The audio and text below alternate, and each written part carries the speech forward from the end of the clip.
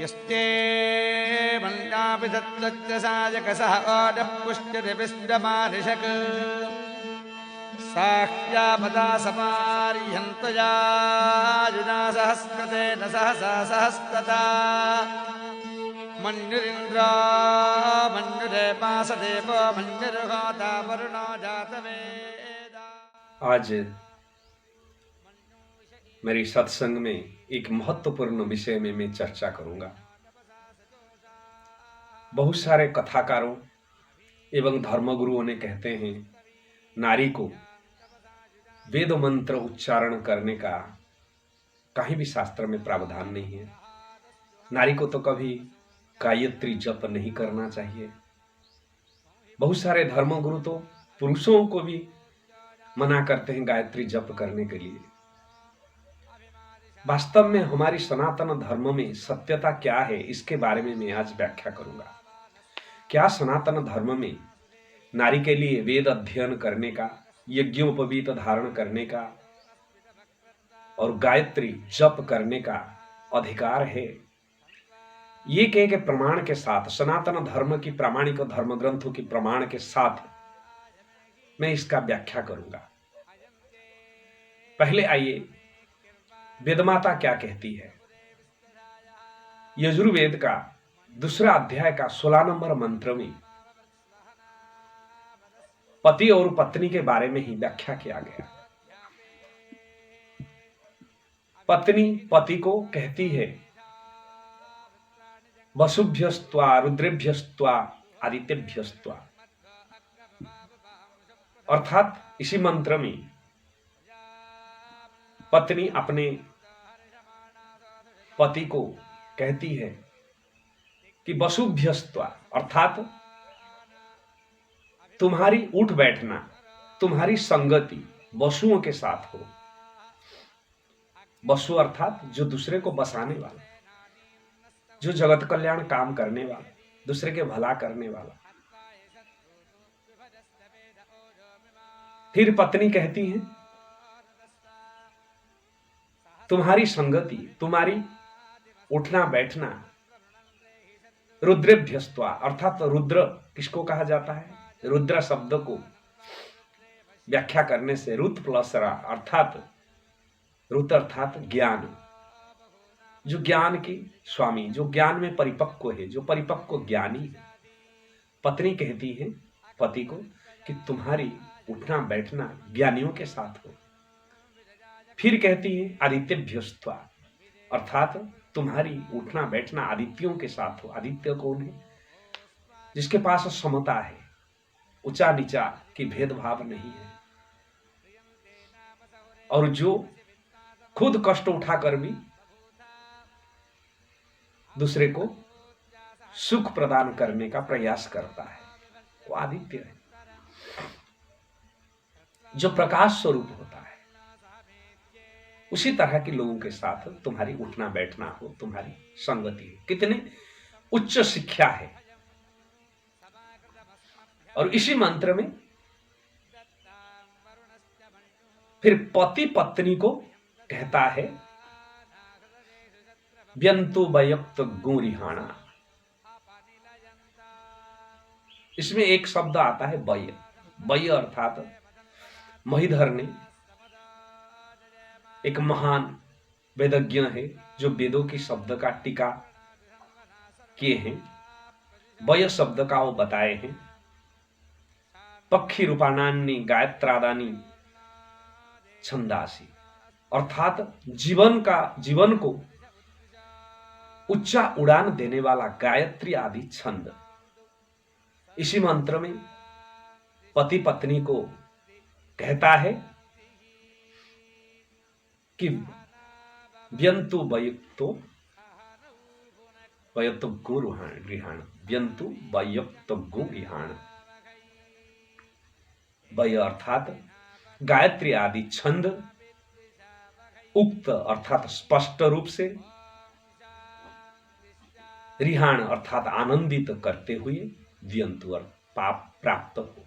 अर्थात इसे स्पष्ट प्रमाणित होता है, पति पत्नी को कहता है कि तुम गायत्री आदि छंद का उच्चारण करे, अर्थात गायत्री मंत्र उच्चारण करे। गायत्री मंत्र तुमको आनंदित करे, आनंद प्रदान करे। ये वेदमाता की वाणी है। यजुर्वेद का दूसरा अध्याय का 16 नंबर मंत्र है। उसी यजुर्वेद में नारी को स्तोमपृष्ठा कहा गया है। स्तोमपृष्ठा शब्द का अर्थ क्या है? जो वेद वाणी में रुचि रखने वाली है। नारी वेद वाणी में रुचि रखने के कारण उन्हीं को स्तोमपृष्ठा कहा गया है। उसके बाद आइए,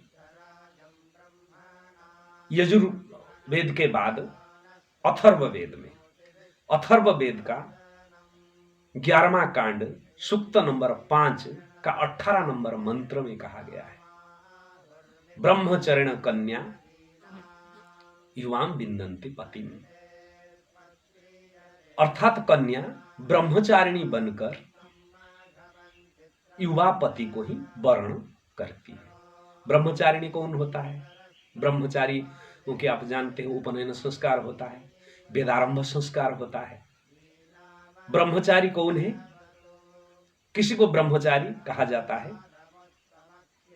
अथर्ववेद का 11वां कांड का 5 नंबर सूक्त का 1 नंबर मंत्र में ब्रह्मचारी शब्द का अर्थ व्याख्या किया गया। ब्रह्माणी वेदात्मके चरितम शीलम यस्य ब्रह्मचारी। अर्थात जो व्यक्ति वेदात्मक ब्रह्म में, वेदों में, चारों वेदों में ईश्वर की जो स्वरूप बताया गया, जिसका हाथ रूप रंग रस नहीं है, जो अव्यक्त है, जो अकायाम है, जो अस्नाविरम है, उसी में जो विचरण करता है, वो ब्रह्म में जो विचरण करता है, उन्हीं को ही ब्रह्मचारी कहा जाता है। मगर लोग आजकल समझते हैं कि शादी नहीं किया तो ब्रह्मचारी है। बहुत सारे फिल्मी वाले भी शादी नहीं करते हैं, तो क्या ब्रह्मचारी है? बिल्कुल ही नहीं। ब्रह्माणी वेदात्मा के चरितम शीलम यस्य ब्रह्मचारी, ये वेदमाता की वाणी है। अथर्ववेद का 11वां कांड का 5 नंबर सूक्त का 1 नंबर मंत्र। तो 18 नंबर मंत्र में क्या कहते हैं? ब्रह्मचरण कन्या युवा विन्दन्ति पति। अर्थात कन्या ब्रह्मचारिणी बनकर, अर्थात उन्हीं का उपनयन संस्कार होता था। वो वेदाध्ययन करती थी, करने के बाद वो ब्रह्मचारिणी बनती थी। ब्रह्मचारिणी बनकर जब युवा अवस्था आती थी, तब वो युवा पति को वर्ण करती थी। ये वेदो माता की प्रमाण है। इससे प्रमाणित होता है कि वैदिक काल में और सनातन धर्म में कन्या का उपनयन संस्कार होता था और वेदाध्ययन करते थे। उसके बाद आइए यज्ञ उपवीत धारण के बारे में। कन्या का अधिकार था कि नहीं सनातन धर्म में? वैदिक काल में या सनातन धर्म में कन्या का अर्थात नारी का यज्ञोपवीत धारण करने का अधिकार है कि नहीं? इसका मैं प्रमाण देता हूं। गोभिलीय सूत्र, गोभिल महर्षि गोभिल जो कि महान किताब लिखे हैं, जिसको गोभिलीय सूत्र कहा जाता है। इसी गोभिलीय सूत्र में कहा गया है, प्रभृतांग यज्ञोपवीतम अभ्युदानयनम जपेत सोम ददत गंधर्वाय इति। अर्थात प्रभृतांग यज्ञ उपवीतम अभ्युदानयन जपेत सोम ददत गंधर्वाय इति। अर्थात यहां पे कहा जा रहा है कि विवाह के समय में नारी को, कन्या को नया कपड़ा पहना के यज्ञोपवीत धारण करवा के, अर्थात ब्रह्मसूत्र जिसको आप जनेऊ कहते हो, जनेऊ धारण करवा के लाया जाए और इनको ये मंत्र पढ़ने के लिए बोला जाए। सोम ददत, गोभिलीय सूत्र, गोभिलीय गृह सूत्र। उसके बाद फिर वही दूसरे सूत्र में ही, गोभिलीय गृह सूत्र में कहा गया है, पूर्व काले ही नारीणाम मौंजी बंधनम मिष्यते अध्यापनम च वेदानाम सावित्री वाचनम तथा।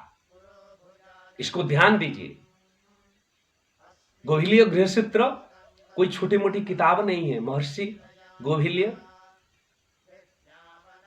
का एक महान धर्म ग्रंथ है, जो हमारी पारिवारिक जीवन इसमें से ही व्यतीत होता है। पुरा काले ही नारीणाम मौंजे बंधनम मिष्यते अध्यापनम च वेदानाम सावित्री वाचनम तथा। इसमें ही कहा जा रहा है, अर्थात पूरा काल में, जिसको आप पूर्व काल में मौंजे बंधन, अर्थात ये जो यज्ञोपवीत धारण, इसको मौंजे बंधन कहा जाता है। पहले तो धागा भी नहीं मिलता था, आजकल तो सब सुविधा हो गया। तो एक प्रकार वृक्ष को, उसी के मौंज को ही धारण करते थे यज्ञोपवीत के रूप में।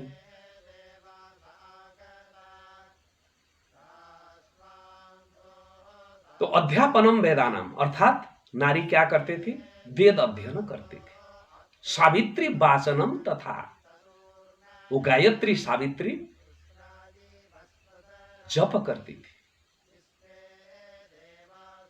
गोभिलीय गृह सूत्र में ये कहा गया है। उसके बाद और आगे और प्रमाण देता हूं। एक पराशर गृह सूत्र आता है। पराशर मुनि आप जानते, महर्षि व्यासदेव के पिता है। महर्षि व्यासदेव के पिता जो है पराशर मुनि, बहुत बड़े महर्षि थे। उन्हीं के पराशर मुनि का पराशर गृह सूत्र में उन्हें लिखे हैं, जिसको माधवाचार्य ने टीका किए हैं। उन्हें नारी को दो भाग में विभक्त किए हैं। पहला नंबर होता है ब्रह्मवादिन, दूसरा सद्यवधू। उसमें पराशर मुनि कहते हैं, पराशर गृह सूत्र में कहते हैं, तत्र ब्रह्मवादिनम उपनयन अग्नि बंधनम वेदाध्ययनम स्वगृहे भिक्षा इति। अर्थात जो ब्रह्मवादिना नारी,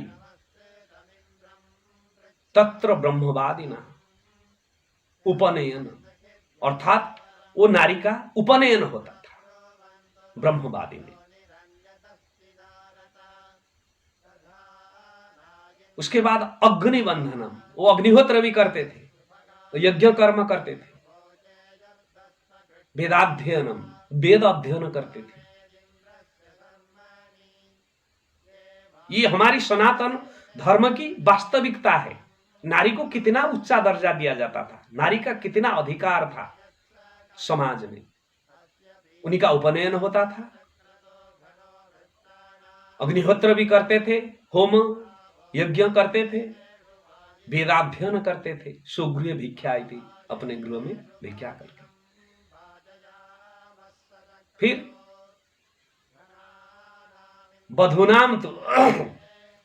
वधूनाम तो उपस्थिते विवाहे कर्थचित उपनयनम कुर्यात्, विवाह कार्य। और जब शादी होता था, दूसरे प्रकार की नारी जो सद्यो बधुआ, उनके जब विवाह होता था या विवाह होने से पहले उन्हीं का उपनयन होता था। वधूनाम तु उपस्थिते विवाह कर्थचित उपनयनम कृत्वा, उन्हीं का उपनयन होता था। उपनयन संस्कार करके, वेदारंभ संस्कार करके फिर उन्हीं का शादी किया जाता था। और ये अज्ञानियों ने, हमारी पाखंडी कथाकारों ने, हमारी अज्ञानी धर्मगुरुओं ने बिना शास्त्र पढ़ के, बिना सनातन धर्म के बारे में जानकर कुछ सनातन धर्म के बारे में ज्ञान नहीं है, वो कहते हैं नारी तो बहुत दूर की बात है, अब पुरुषों को भी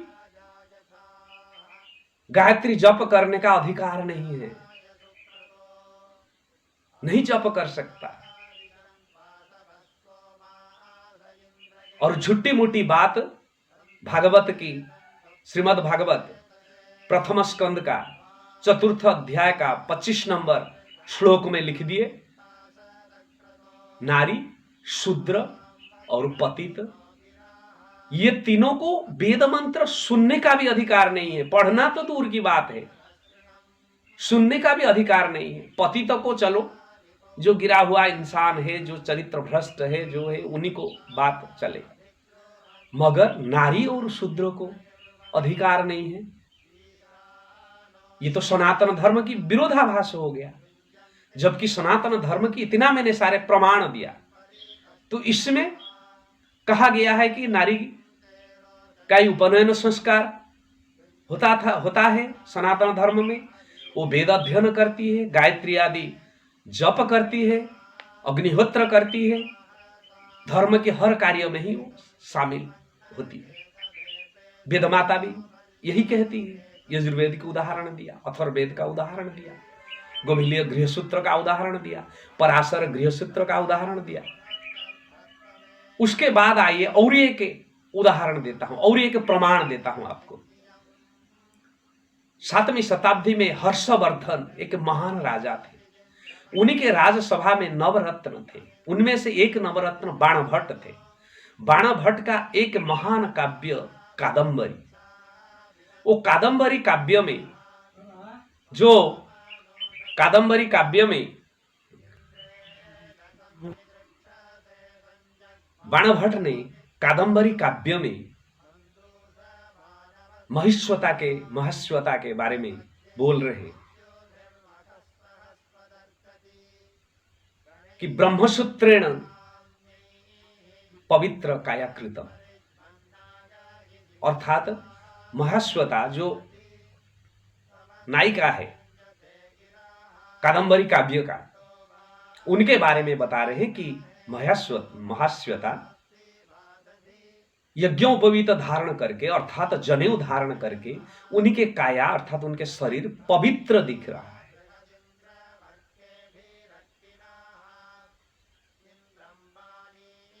तो हमारी सनातन धर्म का सारे ये प्रमाणिक धर्म ग्रंथ ये तो कहती है नारी का उपनयन होना चाहिए, कन्या का उपनयन होना चाहिए, कन्या जनेऊ धारण करना चाहिए, कन्या वेद अध्ययन करना चाहिए,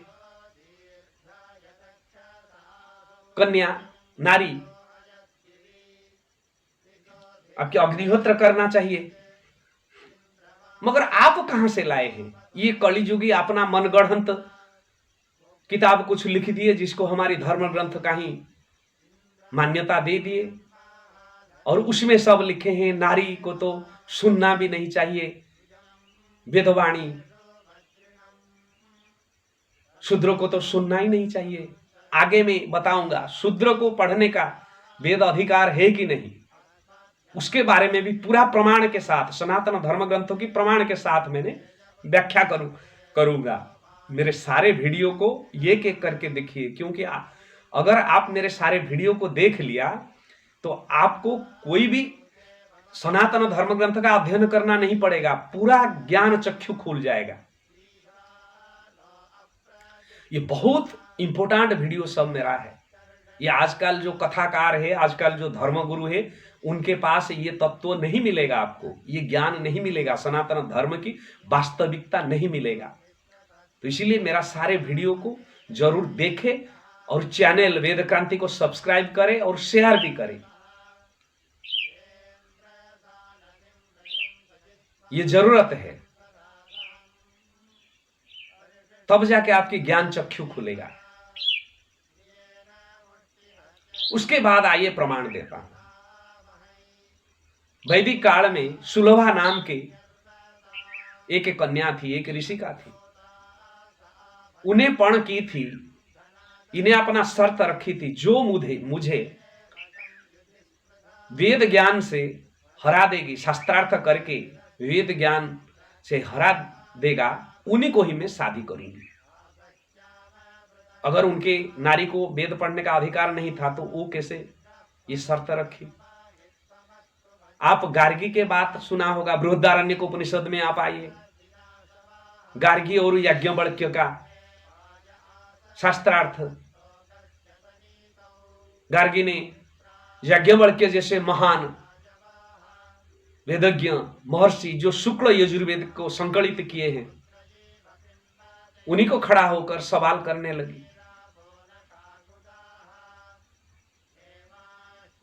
आप मैत्री का नाम सुने होंगे, याज्ञवल्क्य की पत्नी का नाम मैत्री।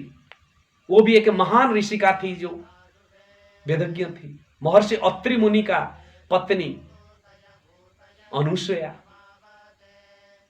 जो सीता माता को ज्ञान दी थी। जब वनवास जा रहे थे श्री राम, लक्ष्मण, भरत और आपकी माता सीता, ये तीनों, तब महर्षि अत्रि मुनि के आश्रम में भी कुछ समय रुके थे और महर्षि अत्रि मुनि के पत्नी माता अनुसुया सीता माता को ज्ञान दी थी, वेद ज्ञान दी थी। आप अगस्त्य मुनि के पत्नी लोपामुद्रा जो एक महान ऋषिका थी, घोषा, लोपामुद्रा, ये सब महान महान ऋषिका सब है। शर्मा,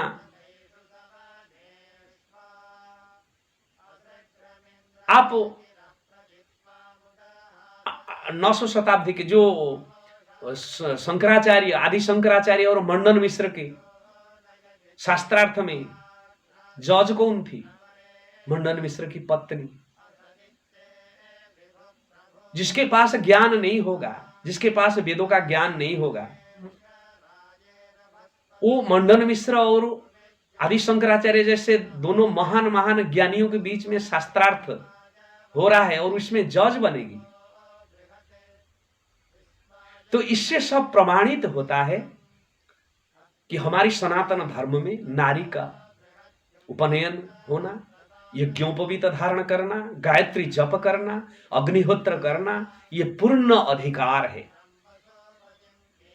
मगर ये ढोंगियों ने, विलासियों ने, लोभियों ने विभिन्न प्रकार विकृतियां हमारी सनातन धर्म में पैदा करवाए। 18 पुराण, रामचरितमानस, देवी भागवत, इसके माध्यम से अनेक अंधविश्वास, अनेक कुरीतियां हमारी समाज में प्रवेश करवाए। नारी को सिर्फ भोग विलास का एक सामग्री समझकर, एक साधन समझकर इनको नीचा दिखाया गया। इनको सिर्फ बच्चा पैदा करने का मशीन बना दिया गया। बास चूल्हा के पास खाना बनाने का ही एक नौकरानी बना दिया गया। खाना बनाए, उसको कोई मना नहीं कर रही है। वेदमाता भी यही कहती है, पुरुषों को अपने पत्नी या बहन या मां, इन्हीं के द्वारा बनाया हुआ खाद्य खाना चाहिए। खाना बनाना इनको मना नहीं है, मगर उनके साथ उनके जो अध्ययन करने का अधिकार, उपनयन, वेदारंभ संस्कार, वेद अध्ययन करने का अधिकार, गायत्री जप करने का अधिकार, ये सब तो मिलना चाहिए।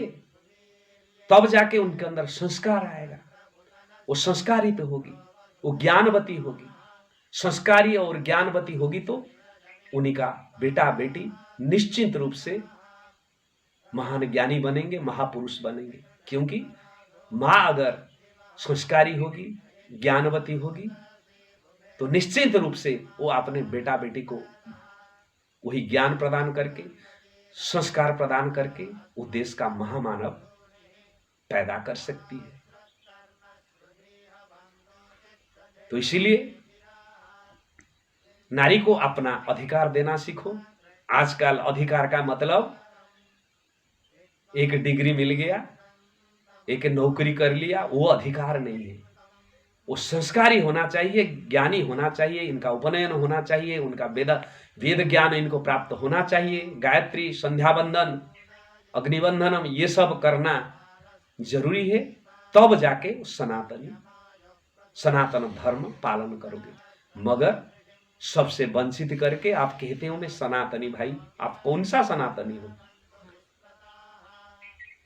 आगे मैंने और अच्छे वीडियो सब आपके पास पहुंचाऊंगा, तो इसीलिए वेद क्रांति चैनल को जरूर सब्सक्राइब करें।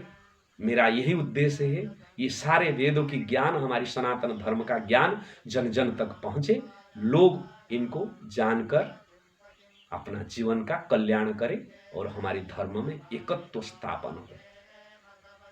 और ये जो आजकल की जो पाखंडी कथाकारों ने, इन्हें ही हमारी धर्म में अंधविश्वास प्रवेश करवाए और लोगों को भ्रमित कर रहे हैं। देवकी नंदन की एक कथा में तो मैं सुन रहा था, कह रही पढ़ना तो दूर की बात, नारी को गायत्री मंत्र, वेद मंत्र सुनने के लिए भी वर्जित है। रामभद्राचार्य भी यही कहता है, धीरेन्द्र शास्त्री भी वही कहता है, अनिरुद्धाचार्य भी वही कहता है, नारी को तो बिल्कुल वेद मंत्र सुनने का भी अधिकार नहीं है। कौन सा सनातनी ये है पता नहीं, ये तो सनातन धर्म की विरोध करने वाले हैं, सनातन सिद्धांत का विरोध करने वाले हैं, और ढिंडुरा पीटते हैं कि हम सनातनी हैं, सनातन बोर्ड बना। ये सिर्फ ढोंग है, इन्हीं सब के बेरुपिया के चक्कर में मत आइए।